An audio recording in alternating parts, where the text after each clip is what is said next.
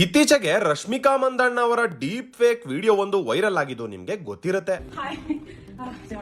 ಆಗ ರಶ್ಮಿಕಾ ಅವರು ಅದಕ್ಕೆ ಹೇಗ್ ರಿಯಾಕ್ಟ್ ಮಾಡಿದ್ರು ಅನ್ನೋದು ಗೊತ್ತಿರುತ್ತೆ ಅನ್ಕೊಂಡಿದೀನಿ. ಡೀಪ್ ಫೇಕ್ ವಿಡಿಯೋಸ್ ತುಂಬಾ ಭಯಾನಕ, ಈ ರೀತಿ ಮಾಡೋದನ್ನ ನಾವು ತಡಿಬೇಕು, ಆಕ್ಷನ್ ತಗೋಬೇಕು ಅಂತ ಲಬೋ ಅಂತ ಹೊಯ್ಕೊಂಡ್ರಪ್ಪ.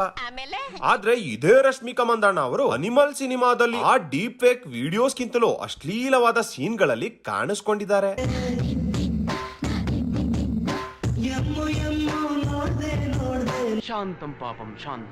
ಆ ವಿಡಿಯೋಗಿಂತಲೂ ಅಸಹ್ಯಕರವಾದ ಉಡುಪುಗಳನ್ನ ಈಗಾಗಲೇ ರಶ್ಮಿಕಾ ಅವರು ಹಾಕೊಂಡಿರೋದು ಉಂಟು. ಸಿನಿಮಾಗಳಲ್ಲಿ ಬೆಡ್ ಸೀನ್ಗಳು, ಸ್ಮೂತ್ ಸೀನ್ಗಳು, 18+ ಸೀನ್ಗಳಲ್ಲಿ ಕಾಣಿಸ್ಕೊಂಡಿರೋದು ಉಂಟು. ಇಂಥ ಸೀನ್ಗಳಲ್ಲಿ ಆಕ್ಟ್ ಮಾಡೋರು ಅಂತವಕ್ಕೆಲ್ಲ ಸೀನ್ ಕ್ರಿಯೇಟ್ ಮಾಡೋ ಅವಶ್ಯಕತೆ ಇದೆಯಾ? ಏನು ಉತ್ತರ ಕೊಡ್ತೀಯ ಇದಕ್ಕೆ? ಹೇಳು ಒಂಚೂರು. ಇವ್ರು ಹೇಳೋದು ಹೇಗಿದೆ ಅಂದ್ರೆ, ಅವರೇ ಸ್ವಇಚ್ಛೆಯಿಂದ ಬಟ್ಟೆ ಬಿಚ್ಚಿದ್ರೆ ಸ್ವೇಚ್ಛಾಚಾರ, ಬೇರೆಯವ್ರು ಎಡಿಟ್ ಮಾಡಿದ್ರೆ ಅತ್ಯಾಚಾರ ಅಂದಂಗಾಯ್ತು. ಇನ್ನು